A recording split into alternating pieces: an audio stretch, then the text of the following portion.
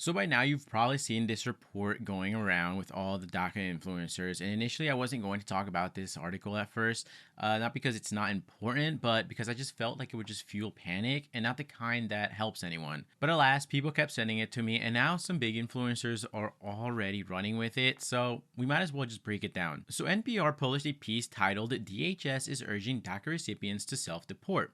Now, if you only read the headline, you'd think DHS is suddenly rounding up dreamers and handing out one-way tickets. But when you actually read the article, there's no new law and there's no formal rule change. DACA hasn't been officially ended. What we're seeing is a shift in tone, a message being pushed. A DHS spokesperson said that DACA doesn't grant legal status, that recipients can still be deported for certain reasons, and then added that people here illegally should consider self-deporting so that they can come back the legal way. So it's not new policy, but it is a new kind of pressure. As far as how the community is reacting, honestly, it seems like everyone's pretty split.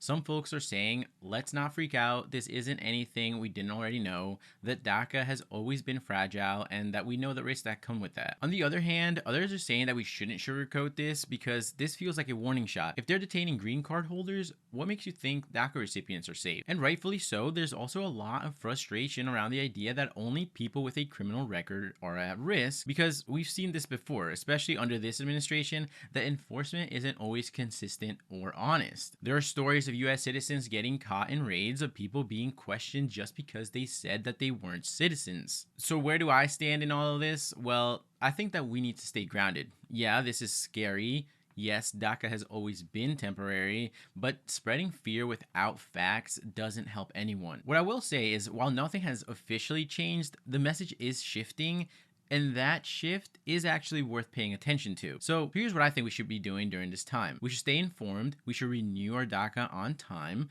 If you ever had any legal trouble, no matter how minor it is, then go talk to a lawyer. Know your rights and be smart about how you move through this world. Because fear alone doesn't protect you, but preparation does. Let me know what you think. Do you see this as a real warning or just more noise to scare people? Follow me for more news on culture and everything that moves the Latino world in Spanish and English.